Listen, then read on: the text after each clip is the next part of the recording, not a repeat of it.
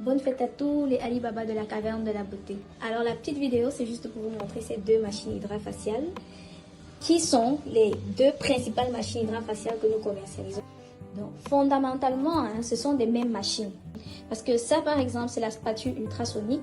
Vous retrouvez également là, sur ce modèle-là, le modèle 12 en 1. Les injections à oxygène, c'est ça. Sur cette machine-ci, c'est plutôt comme ça. La radiofréquence, c'est celle-ci. Sur cette machine-ci, elle est plutôt comme ça. Ça, c'est le bubble pen. Ici, on n'a pas encore installé la tête, mais fondamentalement, c'est la même chose. Le bubble pen, c'est ça. Sur cette machine-ci, elle est plutôt comme ça. Elle est plutôt comme ça. Donc, comme je disais tantôt, fondamentalement, ce sont les mêmes machines. Les masques, comme vous pouvez voir, c'est pareil.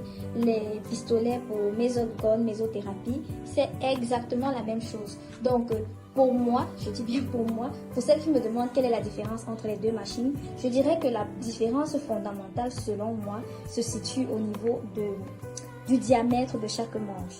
Donc, vous voyez par exemple ici, cette machine Upgrade, modèle 10 en 1, les manches sont assez larges, ce qui permet, lors de l'utilisation, de travailler sur une plus large superficie que lorsque vous travaillez par exemple avec ce manche ultrason-ci.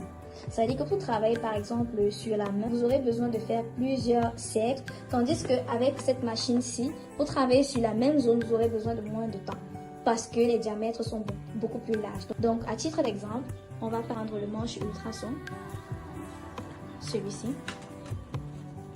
Vous voyez, je vais travailler par exemple sur ma main. Vous voyez qu'avec ce manche-ci qui est beaucoup plus large, je travaille sur cet espace, un seul tour, je couvre entièrement l'espace en question. Tandis que sur cette machine-ci, voici son équivalent.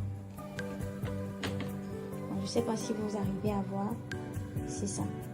Et donc, pareil, s'il faut travailler sur la même main, ça prendra beaucoup plus de temps parce que voilà, le diamètre du manche étant plus petit, ça prendra beaucoup plus de temps pour couvrir la même surface.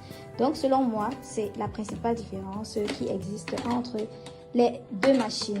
Toutefois, il est vrai que certains manches, notamment celui-ci et celui-là, sont disponibles sur cette machine-ci et ne le sont pas sur celle-là.